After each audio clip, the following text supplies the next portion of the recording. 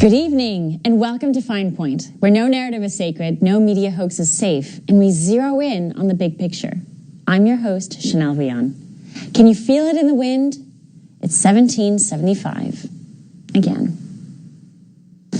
We pray for Southern California tonight as it continues to burn from raging fires, historic neighborhoods, homes, lives reduced to ashes. Over $50 billion in damage so far, the largest in history. Unfortunately, Southern Californians are seeing firsthand the carnage of liberal leadership. And in these flames, something else has perished before our very eyes. The scourge of DEI. Apparently, as people dig in, they've discovered the curse of the lesbian KKK. No, I don't mean the Klan, I mean this. Here's Los Angeles Fire Chief Christina Crowley. She is the first LGBTQ fire chief of the LA Fire Department.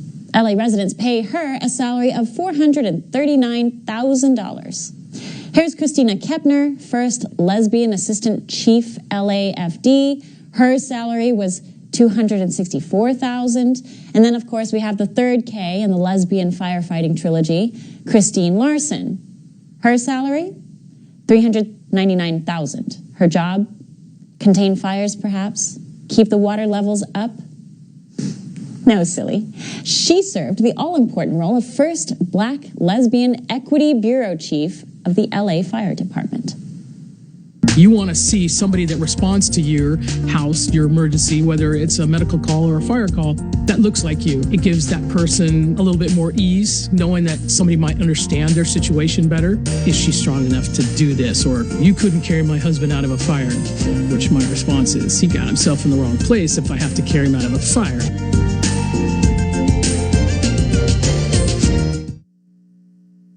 Lesbians get it done. Let the memes begin.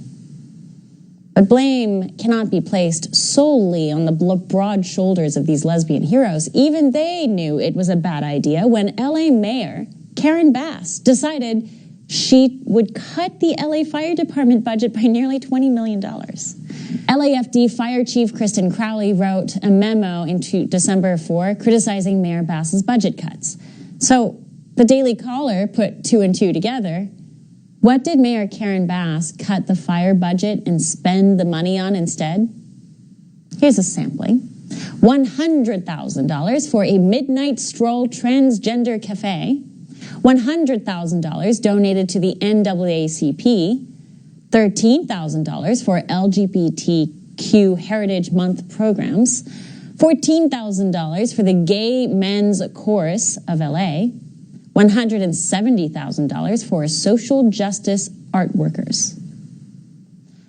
LA's tax dollars hard at work. The potato of a mayor, whose name also, coincidentally, begins with a K, LA Mayor Karen Bass, she was in Ghana when the fires broke out. Here she is being confronted by Sky News. Do you owe citizens an apology for being absent while their homes were burning? Do you regret cutting the fire department budget by millions of dollars, Madam Mayor? Have you nothing to say today? Have you absolutely nothing to say to the citizens today? Elon Musk says that you're utterly incompetent. Are you considering your position? Madam Mayor, have you absolutely nothing to say to the citizens today who are dealing with this disaster? She has nothing to say because she knows the news hadn't come out yet, but it's out now. The Daily Mail had this exclusive headline breaking today. In a leaked memo, Karen Bass demanded to cut an additional $49 million from the already suffering LA Fire Department budget 1 week before the fires broke out. DEI has become a parody of the very thing they try to eradicate. They are the modern-day Klan. They're not about inclusion. They're about exclusion. Exclusion of talent and merit in the interest of something completely surface level and inane. Skin color, identity politics, heritage. But instead of burning innocent African Americans and burning crosses, they're burning down the whole place. while demanding you check your sexism, your racism, and whatever isms they have devoured and conjured. A pithy sentiment has since started trending that DEI really stands for die. Not wrong. But let's go on. Let's not stop at talking about LA leadership. Let's go now to a fish. The fish that will likely take down California Governor Gavin Newsom. You've seen this picture floating around social media lately. It shows a small fish with the caption, "This is what California Governor Gavin Newsom chose to protect over California residents." It's no exaggeration. This is the Delta smelt. It's a 3-inch fish over which California engaged in an all-out war with Trump back in 2018. Trump slammed California leadership over their decision to save this 3-inch fish and divert billions of gallons of water straight out to the Pacific Ocean. Trump even recommended, why not save this water for firefighting? He made this recommendation back in 2018. Trump was right again. Will they admit it? Maybe now they will, because this was truly a tragic wake-up call. The road to hell is paved with good intentions, and Los Angeles has become a hellscape on earth in more ways than one. Maybe this is God's way of opening up the eyes of the liberal overlords who live there. The dominoes keep falling. First, it was California's Kamala Harris and her crushing defeat on the national stage. Then it was Trudeau's surrender. Now it's Klan DEI. And next, just watch. Watch Newsom. When we come back, we will sit down with the one and only Owen Schroyer, host of the War Room on InfoWars, to continue this conversation. Why was insurance canceled en masse months before the fires? And how much firefighting equipment did LA send to Ukraine? The answers will shock you. We'll be right back. We've been talking about the general wildfire eruptions all over Southern California as everyone has focused on putting the fires out, as they should. To little avail, though. Some are wondering how they've started. And, pun intended, adding fuel to the conspiracy that these were purposely set by bad actors. Yesterday, another fire has struck Hollywood's Calabasas area, and authorities may have a culprit. The now labeled Kenneth Fire raged along the Woodland Hills region. It has consumed over 1,000 acres so far. The LAPD has been able to make an arrest, confirming that this fire appears to have been intentionally set. Governor Newsom announced on X he is deploying 900 additional firefighters. The death toll so far stands at 7, with 10,000 structures decimated.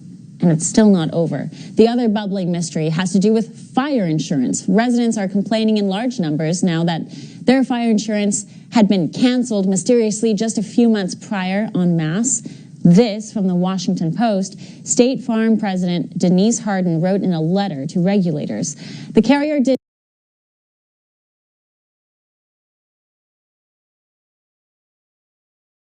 fire en masse. This from the Washington Post. State Farm President Denise Hardin wrote in a letter to regulators. The carrier did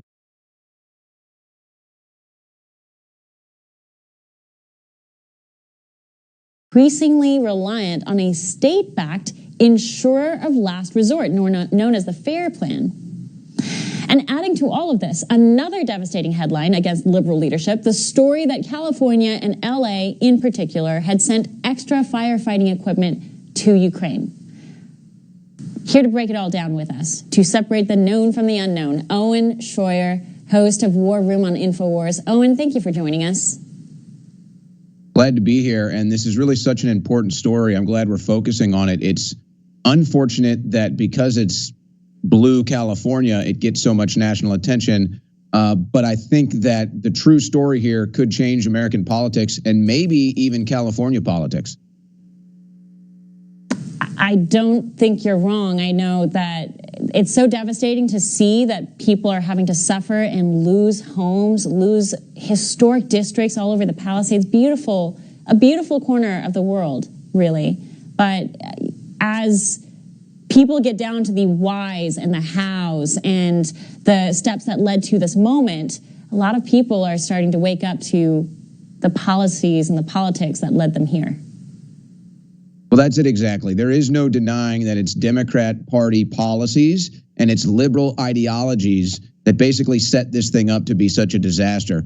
When we're talking about prioritizing things like homelessness, addressing homelessness and budgeting to house homeless people, had a bigger budget than the fire department did in the last fiscal year. When you talk about making sure that the Delta fish, which isn't even indigenous to that area, is not being affected in their environment, so you're putting water into the ocean instead of sending it to resources in these big cities, that is Democrat Party policy. When you talk about not raking the forest, not getting rid of all the brush that can start stuff like this, that's Democrat Party policy. And that's when it starts to bleed into ideology as well. They didn't hide that the priorities at the Los Angeles Fire Department for the last couple of years have been about diversity, equity, and inclusion. In fact, they were quite proud of it. They did multiple programs that they bragged about.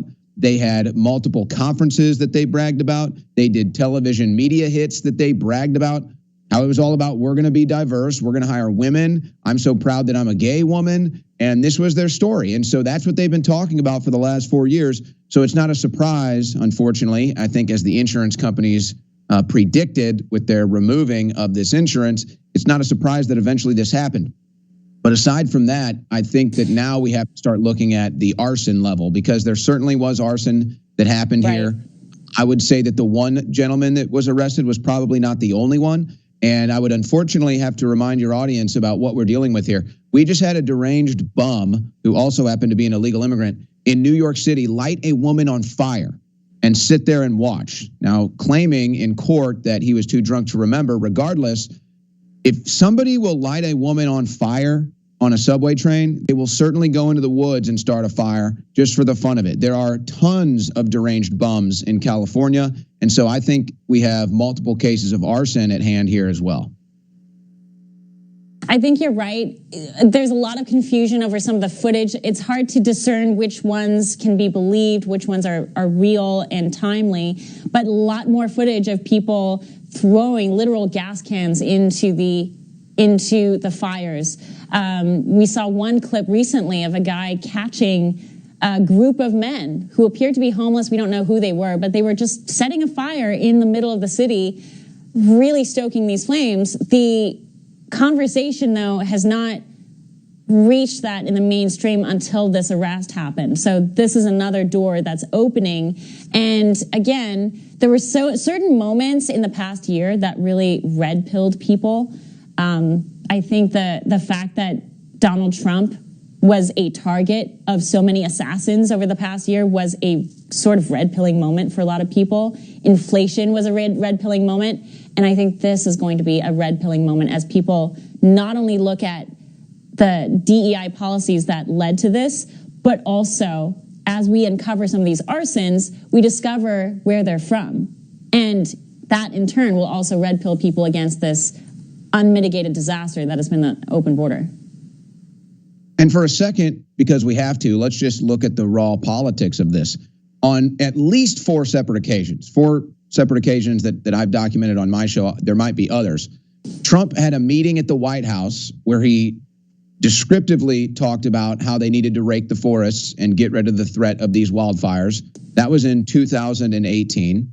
He then went to California and he had a meeting with Gavin Newsom in a famous video in the woods that just burned down. He talked to Gavin Newsom about how they need to take care of these woods, have fire breaks, rake them. He talked about how there's European leaders that do this in countries like Austria, Finland, that are forest nations. He sat there right there with Gavin Newsom and said that when he was president. Then when he was campaigning in 2024 in California, he did the exact same thing on the campaign trail and even went into detail about how they're denying the people of California water over a fish. He then also went on the Joe Rogan podcast that was seen tens of millions of times and basically restated the exact same thing. So those are just four separate occasions that I was able to document relatively easily. I'm sure there are others where he specifically warned that this would happen while Gavin Newsom was governor, and he did nothing. Gavin Newsom did nothing to address this. They didn't change any policies. He's now overseen, I think, 3 or 4 of the worst fires because they didn't take the proper practices to mitigate the damage that would be done. And let's not forget, Right after Donald Trump got elected, Gavin Newsom said he wanted to have a policy, a bill to Trump-proof California. Trump-proof California. He wanted $25 million to do that. They cut $17 million from the firefighters' budget. So all of this leads right back to Democrat Party policy. Gavin Newsom, almost without a doubt, I'd say, plans on running in 2028. And this could be catastrophic. And I think the smelt... Yes, I think the smelt fish has taken down Gavin Newsom's entire career. Who would have guessed a 3-inch fish? But, you know, on top of the examples you cited, I mentioned the segment just before this, Donald Trump tweeted, he's on record, as you say, he is on record warning not only America, but Californians in particular, that these policies would lead to disaster. And there was one tweet from 2018. He mentions the smelt fish in particular and says, you should redivert this water and save it for fires. And he said this years ago. I don't see how Democrats crawl out of this one politically. I don't see how Newsom has an answer to any of this.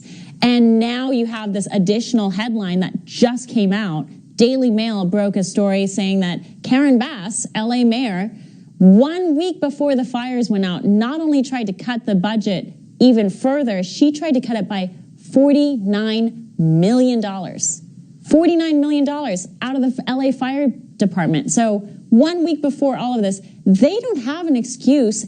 They don't have real political options to respond to the public here. Well, even the proud first lesbian fire chief in Los Angeles' history wrote a request in December. So just a month ago, in December, to the mayor, requesting more funds, saying, hey, we don't have the necessary resources and funds to fight a wildfire. That was just a month ago.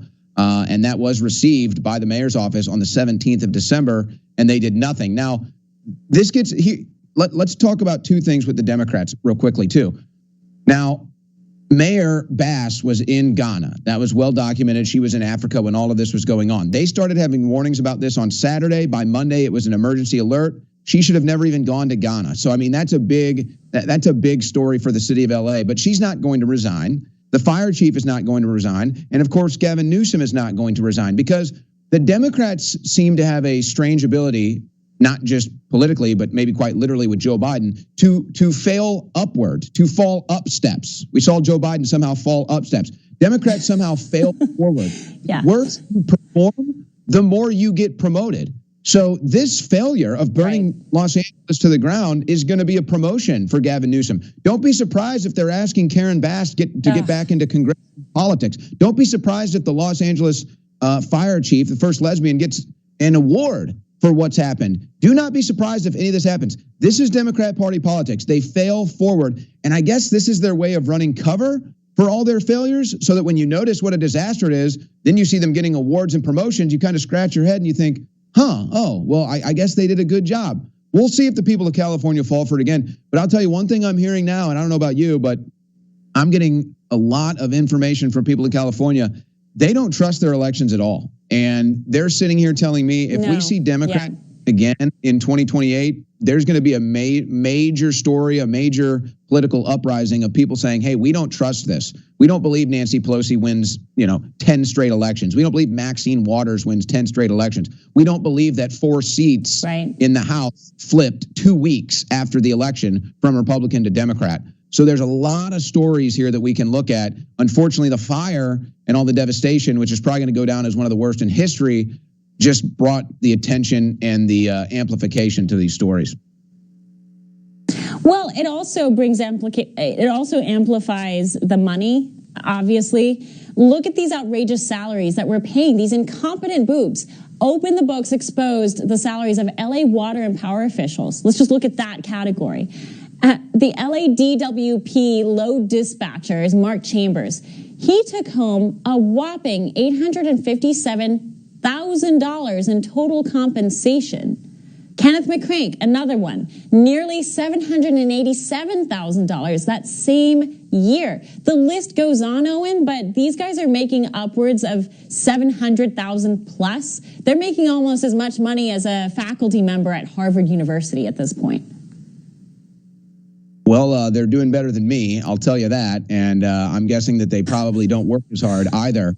And not only that, if you dig further into it, and this is a separate issue, but it all kinds of ties in, the homelessness awareness and the homelessness, housing the homeless campaigns that the Democrats do, they pay these NGOs, these executives at the NGOs, they're making upwards of $250,000 plus a year. So, I mean, the budget in California is completely ridiculous. And you know, here's another story. We'll see how the media reports this. Gavin Newsom, I can almost guarantee you, was on his knees begging, maybe even with tears in his eyes, calling Joe Biden for federal relief here. And you notice that Biden did say that they would give 100% of what they need. They had to do this before Trump takes office. They had to. Now, I don't believe that Trump would refuse the federal funding. Trump would obviously give them the federal funding, if not for the optics of it, but you know, he probably does actually care. So they would have gotten the funding either way. But he knew he had to do this before Trump got into office because they don't want the oversight. Whatever money goes into California, that's exactly right. Relief, it's going to be stolen. It's going to be stolen. It's going to be looted. There's going to be theft up and down, just like there always is. So when Trump does get in, they better put the most oversight ever, the most scrutinized oversight of every single penny that goes to California in federal relief, and make sure each penny goes to the individuals. All the money should go to the individuals, not a cent to the Democrat Party or to the California government. So there needs to be massive oversight. But isn't it amazing? The people in North Carolina pretty much get ignored for months, and then they get held hostage for an omnibus bill. But hey, if you're in Democrat Party California, they can get you 100% of what you need within 24 hours. Even the Californians, speaking of oversight, even the Californians are suffering under this mentality. They had to send, equipment over to Ukraine to help with Ukrainian fire departments. Talk about no oversight.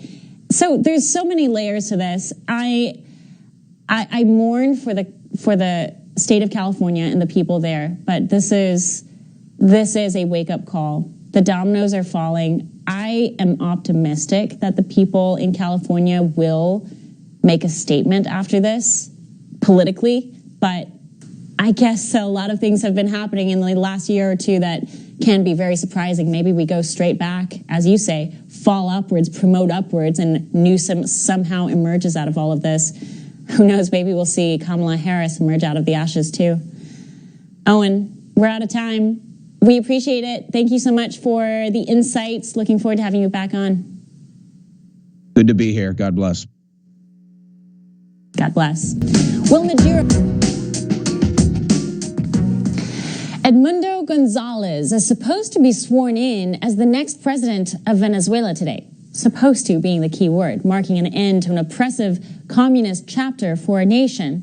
Once rich in their economy, culture, and resources, people lived well until red spread across the land.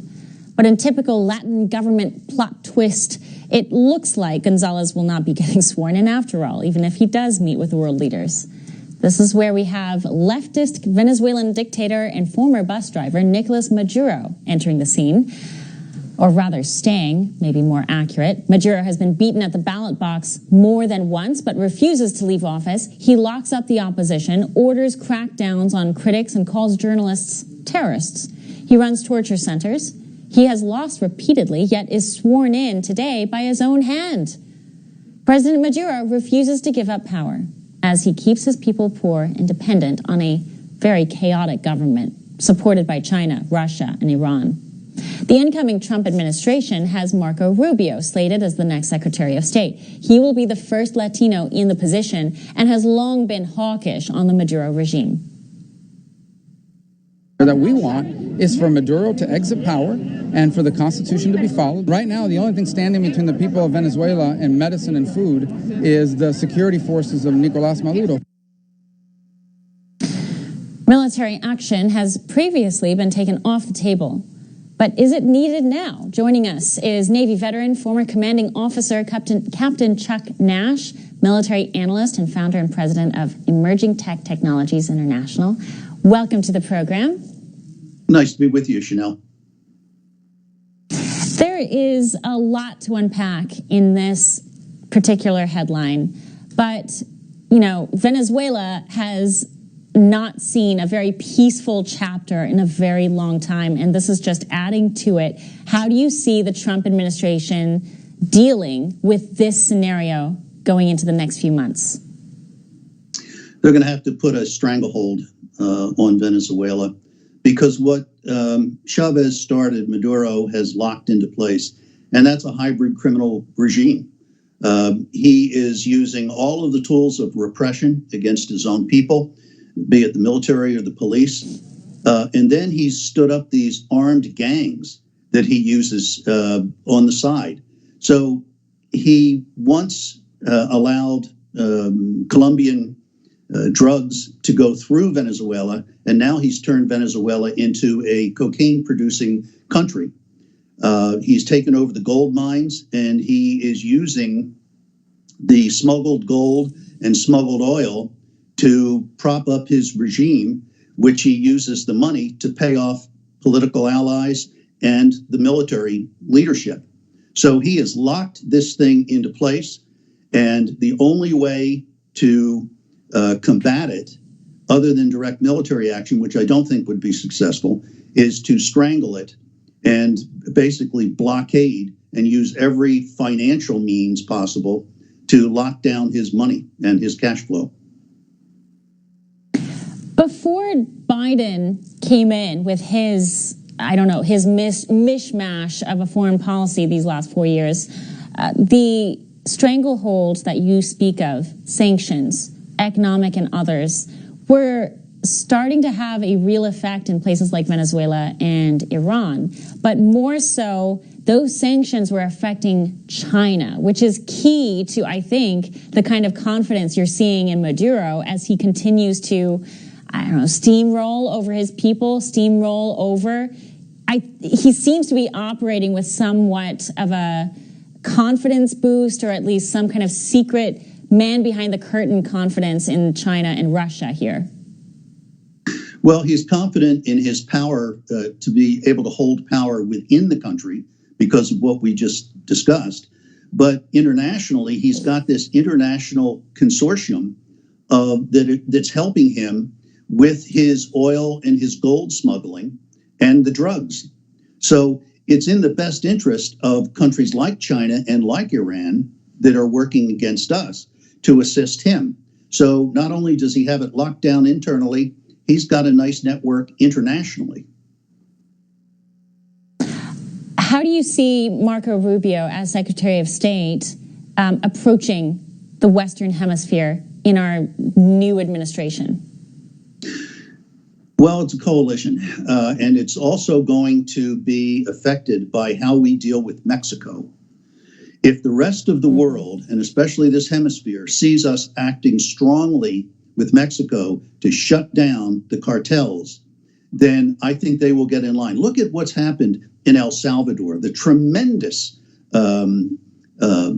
capability that president has done by taking a strong stance against criminal organizations. He has turned that country completely around.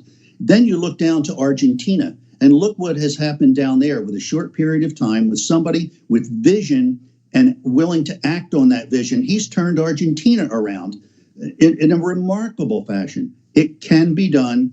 What has been lacking other than those two places is strong leadership in the United States. And that's where I think the Trump administration can really make a mark for the future. What do you think should be done differently in terms of our approach to sanctions in Venezuela this time around compared to Trump's first term? I know that, hindsight is 2020. Some experts in the foreign policy field simply argue we pick up where Trump's first term left off. Others argue that there are differing factors here, meaning we need to recalibrate a little bit. Does this mean when we talk about sanctions in Venezuela today, are we talking about also sanctioning or picking up sanctions again against Iran? I know that Biden lifted sanctions against Iran to Venezuela. Do we reimpose those sanctions, or do we have a different approach here? Well, I think the first thing that we have to do is when you put down sanctions, you have to enforce them. Talk's cheap. And what has happened over the past 4 years as you say, not only have they lifted sanctions, the sanctions that remained in place were unenforced. So it's just child's play. We have to get serious. If we can interdict North Korean shipping, we can interdict Venezuelan shipping. And they're getting that oil. They're not getting that oil out on airplanes. They're getting it out on tankers. Right. And that's a fairly easy thing to police if you wanted to. But again, it was just unbelievable to watch in real time the Biden administration flying down there and actually discussing with this regime how to make their lives easier, as if those kinds of discussions were the language or the type of discussions that would actually solve the problem in a place like Venezuela with a leader like Maduro. At the same time that they curtailed a lot of our oil drilling and processing, they asked the Venezuelans to step up their production to offset the cutbacks that that this administration enforced on the United States. It's absolutely insane. Which is why there was so much uproar over the rumor that potentially some holdovers from the Biden-Obama NSC may stay over into the Trump NSC, National Security Council. National Security Advisor Mike Waltz has since dispelled some of that. He has assured the public that there are going to be resignations, there are going to be a clean slate walking into that NSC. But in your eyes, having watched all of this from behind the scenes yourself, how important is it to have a clean slate walking into the Trump National Security Council? It's absolutely critical, not only the National Security Council, but the Department of Justice. All of the lawyers in the Department of Justice and personnel in the national security offices should tender their resignations on day one. The administration may choose to accept or reject them, but those resignations should be forthcoming. And as you pointed out, Mike Waltz is on record saying we are accepting resignations as of January 21st. I hope so. Well, Chuck Nash, always a pleasure. Thank you so much for the time and for the insight. We look forward to having you back. My pleasure. Nice to be with you. As we've been reporting earlier this week, President-elect Trump was due to be sentenced in front of a New York judge regarding the witch hunt that is the hush money case in New York. Well, that day was today. Trump has tried to get the sentencing dismissed or even delayed since it is so close to the inauguration. We know the only reason this judge and Alvin Bragg want Trump in a courtroom is to slap him with that label of felon. And that's why he refused to show this case out, even though Trump's lawfare cases have crumbled in the wake of his win. President Trump and his team made an appeal to New York's highest court, which chose to let the sentencing go forward.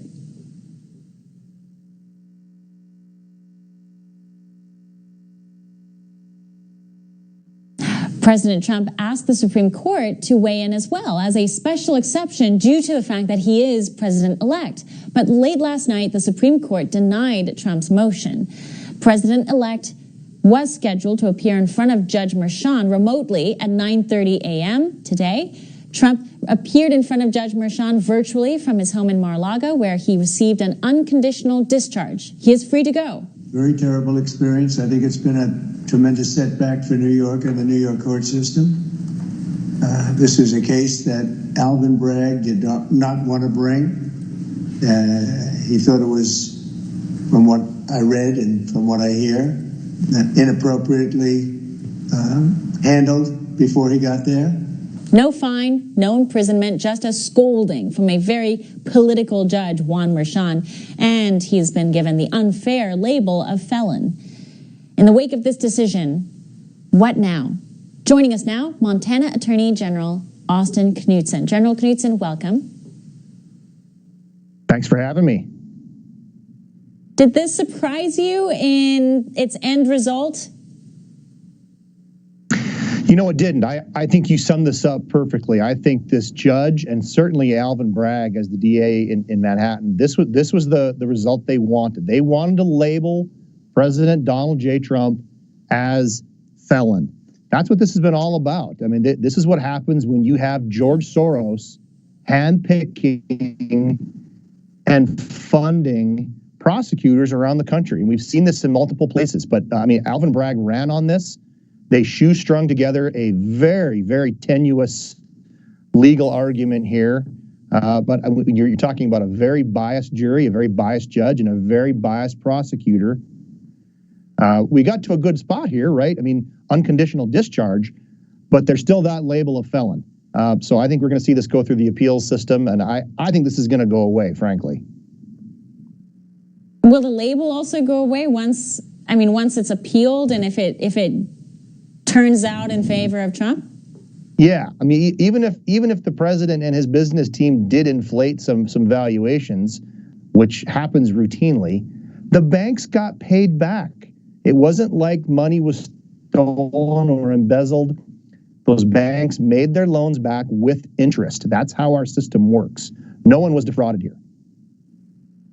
The banks, in fact, testified in his favor. They provided statements that were supportive of Trump. I mean, it was so blatant and so obvious, even to the non-legal expert, even to the layman who was looking at this case and asking the basic question of what was the crime exactly.